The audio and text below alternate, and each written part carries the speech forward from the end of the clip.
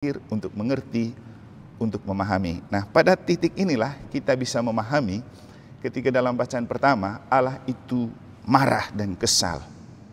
Dia marah dan menyesal kenapa sudah terlanjur menciptakan manusia, karena ternyata setelah dia bersamamu dan bersama rohmu. Inilah Injil Tuhan kita Yesus Kristus menurut Markus. Dimuliakanlah Tuhan. Pada suatu hari, murid-murid Yesus lupa membawa roti. Hanya sebuah roti saja yang ada pada mereka dalam perahu. Lalu Yesus memperingatkan mereka, katanya, "Berjaga-jagalah dan waspadalah. Awaslah terhadap ragi orang Farisi dan ragi Herodes." Maka mereka berpikir-pikir dan seorang berkata kepada yang lain, "Itu dikatakannya karena kita tidak mempunyai roti." Ketika Yesus tahu apa yang mereka perbincangkan, Ia berkata, "Mengapa kalian memperbincangkan soal tidak ada roti? Belum jugakah kalian memahami dan mengerti? Telah degilkah hatimu? Kalian mempunyai mata, tidakkah kalian melihat? Dan kalian mempunyai telinga, tidakkah kalian mendengar? Sudah lupakah kalian waktu aku memecah-mecahkan 5 roti untuk 5.000 orang itu? Berapa bakul penuh potongan-potongan roti yang kalian kumpulkan?" Jawab mereka, 12 bakul. "Dan pada waktu 7 roti untuk 4.000 orang, berapa bakul penuh potongan-potongan roti yang kalian kumpulkan?" Jawab mereka, 7 bakul. Lalu kata Yesus kepada mereka, "Masihkah kalian belum mengerti?"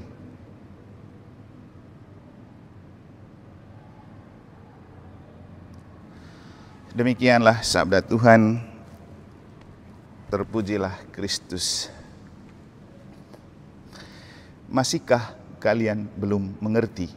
Bapak, Ibu, saudara-saudari, adik-adik dan anak-anak sekalian yang saya kasih dalam Tuhan, inilah petikan kalimat terakhir dari Yesus dalam Injil yang kita dengar hari ini.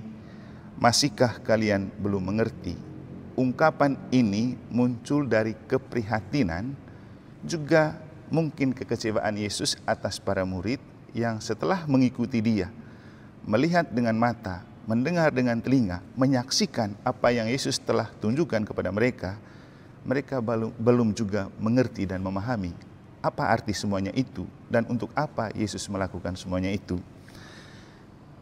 Yesus sih berharap agar setelah mereka mengikuti Yesus, mengenal Yesus, melihat apa yang Yesus lakukan, mendengar apa yang Yesus katakan, menyaksikan apa yang telah Yesus tunjukkan, mereka pelan-pelan mengerti dan memahami apa arti mengikuti Yesus dan apa yang dipakai untuk mengerti dan memahami menjadi pengikut Yesus. Tentu Yesus sangat mengharapkan agar mereka memakai otak mereka untuk berpikir, hati mereka untuk merasa, melihat dan memaknai apapun yang telah dilakukan oleh Yesus. Maka ketika Yesus berbicara tentang hati-hati dan awas terhadap ragi orang Farisi dan Herodes, mereka berpikir lurus-lurus bahwa ketika Yesus berbicara kata ragi itu karena berhubungan dengan roti yang mereka bawa yang cuma 1 potong di kapal. Padahal ketika Yesus berbicara tentang ragi, Ia mengacu pada karakter orang Farisi dan Herodes. Kita tahu bahwa orang Farisi itu kelompok yang tidak disukai Yesus, dan karena mereka tidak menyukai Yesus, kenapa? Mereka iri dengan Yesus, mereka cemburu dengan kehadiran Yesus, yang kehadiran Yesus telah menepis popularitas mereka, merendahkan harga diri mereka, karena Yesus tampil sebagai pribadi apa adanya, tidak munafik, tidak pura-pura. Orang Farisi punya karakter utama, munafik, Farisi, pura-pura, suka cari muka, suka menjilat. Dan ini tidak disukai oleh Yesus. Yesus ingin orang itu hidup apa adanya, realistis dengan keadaan, tanpa berpura-pura, tanpa bertopeng gitu.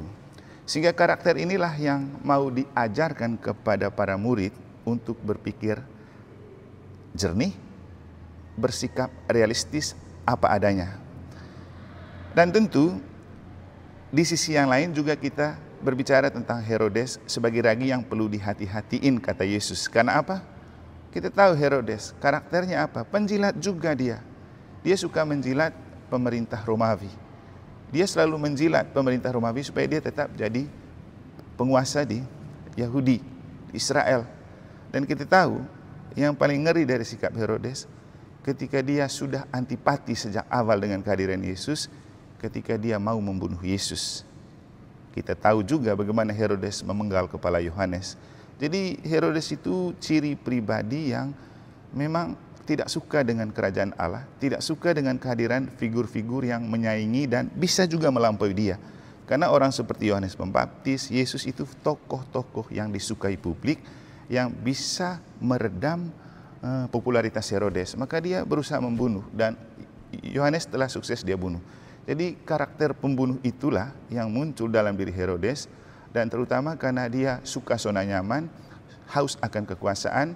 Dan menurut satu gaib yang antar kami waktu kami ke Tanah Suci, ketika berbicara tentang pembunuhan anak-anak Mesir, gaib itu mengatakan bahwa di kalangan Timur Tengah atau khususnya di Mesir, Herodes itu terkenal sebagai orang gila. Dia haus darah anak-anak. Nah, tentu untuk kita yang dimaksudkan oleh Yesus adalah cara berpikir, cara merasa, dan karakter pribadi seperti yang dimiliki oleh orang Farisi dan Herodes. Itu yang perlu dienyahkan dari diri para murid. Jangan menjadi pribadi munafik, jangan menjadi pribadi pura-pura, jangan menjadi pribadi penjilat, dan jadilah diri sendiri apa adanya. Dan Yesus memformat mereka untuk menjadi pribadi murid Yesus yang memakai otak untuk berpikir, memakai hati untuk merasa, dan itulah kenapa Yesus sangat mengharapkan mereka untuk menjadi pribadi yang mengerti dan memahami. Jadi dalam Injil kita mendengar beberapa kali Yesus berbicara tentang, tidakkah kamu mengerti? Tidakkah kamu paham? Kamu sudah ikut saya, kamu sudah melihat apa yang saya lakukan dengan matamu, kamu sudah mendengar apa yang saya katakan, kamu sudah menyaksikan saya membuat mujizat, mengubah roti dan ikan menjadi banyak dan orang semua makan, sisa. Masih juga kamu tidak mengerti. Jadi dengan ini Yesus mengajak kita Bapak Ibu, mari menjadi murid Yesus yang pakai otak untuk mengerti dan pakai hati untuk memahami. Otak saja tidak cukup, tapi perlu juga hati. Karena otak dipakai untuk mengerti dan mengetahui, tapi hati dipakai untuk memahami apa yang kita mengerti dan juga untuk memaknai apa yang kita tahu. Nah, itulah yang dimaksudkan oleh Yesus dengan mengerti dan memahami. Memakai otak untuk mengerti apa yang kita tahu, memakai hati untuk memahami apa yang kita sudah tahu. Jadi hati dan otak harus bermain untuk mengikuti Yesus. Sehingga dengan mengatakan, masihkah kalian belum mengerti, juga sebuah ucapan Yesus untuk kita. Kita sudah lama jadi pengikut Yesus, kita sudah sering berdoa, kita sudah sering mendengar kitab suci, kita sudah menyaksikan apa yang Yesus buat dari kitab suci, kita sudah mendengar banyak cerita tentang Yesus. Apakah itu cukup untuk membuat kita menjadi orang beriman yang berpengetahuan? Kemarin waktu rapat DPP, saya menyinggung kembali kenapa dalam gereja itu ada 3 bidang. Bidang pembinaan iman, bidang pendidikan umat, bidang aksi kemasyarakatan. Karena gereja berpikir tentang karya pastoral gereja pertama-tama harus membuat iman orang dibina. Makanya bidang pembinaan iman itu mencakup liturgi, katekese, kitab suci, KKI, dan apapun kegiatan-kegiatan untuk membina iman makin mantap, tangguh, dan militan. Setelah beriman yang tangguh, mantap, militan, orang diharapkan, iman itu kan masalah hati, jawaban pribadi atas panggilan Allah. Orang diharapkan untuk mendidik. Makanya BPU itu bidang pendidikan umat, untuk mendidik umat berpengetahuan dan beriman atas dasar pengetahuan. Karena itu perlu dididik dengan apapun kegiatan-kegiatan dalam seksi di bawah BPU. Lalu setelah punya iman yang mantap, tangguh, mandiri, militan, dengan pendidikan dan pengetahuan yang cukup tentang iman dan hidup gereja, orang boleh keluar untuk bersaksi. Makanya di bagian ketiga itu ada bidang aksi kemasyarakatan. Jadi Bapak Ibu, dengan apa yang Yesus sampaikan di akhir Injil dan dengan cerita Injil pada hari ini tentang hati-hati terhadap ragi orang Farisi dan Herodes kepada para muridnya, Yesus ingin supaya kita tidak berpikir harafiah tentang kata-kata Yesus. Kita perlu pakai hati dan otak untuk berpikir, untuk mengerti, untuk memahami. Nah, pada titik inilah kita bisa memahami ketika dalam bacaan pertama Allah itu marah dan kesal. Dia marah dan menyesal kenapa sudah terlanjur menciptakan manusia. Karena ternyata setelah dia menciptakan manusia, manusia itu jahat kepada Tuhan. Jadi dalam bacaan pertama dengan jelas kita mendengar Tuhan itu menyesal karena dia telah menciptakan manusia. Karena ternyata manusia itu semua jahat. Jadi mungkin Saya baca ulang ya.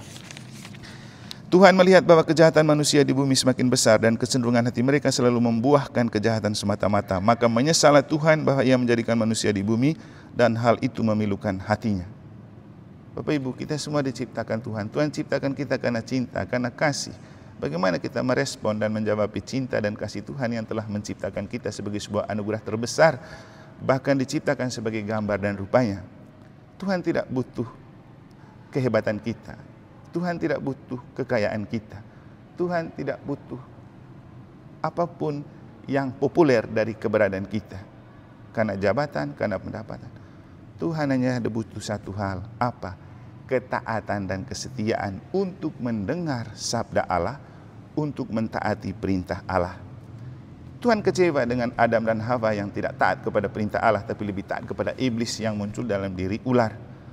Dan kejahatan itu merajalela dalam keturunan-keturunan. Kita dengar kemarin dalam bacaan pertama bagaimana Kain membunuh Habel. Itu kan kejahatan yang muncul dalam diri Kain itu tercermin dari kejahatan yang sudah ditaburkan oleh Adam dan Hawa karena mereka tidak taat untuk mendengarkan sabda Allah. Jadi Tuhan cuma butuh taat dan setia untuk kita percaya kepadanya, untuk mendengar sabdanya, untuk melakukan perintahnya. Itu saja, tidak lebih dari itu. Tuhan tidak butuh lebih. Dan dalam kelanjutan bacaan pertama hari ini, bagaimana kita menemukan dan mendengar bahwa masih ada hati, masih ada kasih di dalam hati Allah dalam kekecewaan dan kekesalan karena melihat kejahatan manusia. Dia melihat ada benih ketaatan dan kesetiaan itu dalam diri Nuh, makanya dia panggil Nuh, lalu perintahkan Nuh untuk menyiapkan segala sesuatu karena ia akan membinasakan bumi, dan Nuh dan beberapa burung yang diselamatkan adalah orang-orang dan ciptaan-ciptaan yang selamat karena Tuhan sendiri yang menjaga, memelihara Nuh ketika tenggelam dalam air selama 40 hari. Kenapa Nuh diselamatkan? Tuhan melihat ada ketaatan di dalam hatinya, ada kesetiaan untuk taat dalam beriman, untuk mendengarkan sabda Allah, untuk mengikuti perintah Tuhan. Maka Tuhan bilang apa? Dia memerintahkan Nuh karena mendapat kasih karunia di hadapan Allah. Kasih karunia itu didapat karena Tuhan melihat hati Nuh. Jadi Bapak Ibu, Tuhan melihat hati kita. Mana yang tulus, mana yang tidak tulus. Mana yang setia, mana yang taat, mana yang tidak setia, mana yang tidak taat. Boleh kita punya mulut berbicara lain, tapi Tuhan tidak mendengar apa yang kita ungkapkan dari mulut. Tuhan melihat hati kita, karena Tuhan yang menciptakan kita, menjadikan hati kita sebagai bait Allah, maka Ia selalu meneropong dan mengetahui tulus atau tidakkah kita. Jadi paling penting untuk kita sebenarnya belajar tulus untuk taat dan setia dalam iman. Dan selalu saya bilang, iman Katolik, iman yang bertumbuh dalam ketaatan. Abraham diselamatkan karena ketaatan, Nuh diselamatkan karena ketaatan, Yesus menjadi pribadi hebat dan dipercayakan Allah karena taat sampai wafat di kayu salib. Apapun yang Bapa bilang, Yesus iyain, Yesus taat. Ketaatan itulah yang memberikan kekuatan spiritual kepada Yesus untuk mampu memanggul salib, bahkan mati di salib, tapi bangkit pada hari ketiga. Jadi buah dari ketaatan. Bapak Ibu masih ingat kata-kata Nabi Santa Teresa, kita hidup bukan untuk sukses, tapi kita hidup untuk taat. Orang taat selalu sukses, orang sukses tak selalu dan belum tentu taat. Maka ajakan saya Bapak Ibu Saudara-saudari, mari kita memelihara ketaatan itu di dalam hati kita. Dan ketaatan kita yang paling sempurna dan total bila kita hidup dengan sabda Allah, mendengar sabda Allah, mentaati perintah Allah. Dan itulah yang ditulis dalam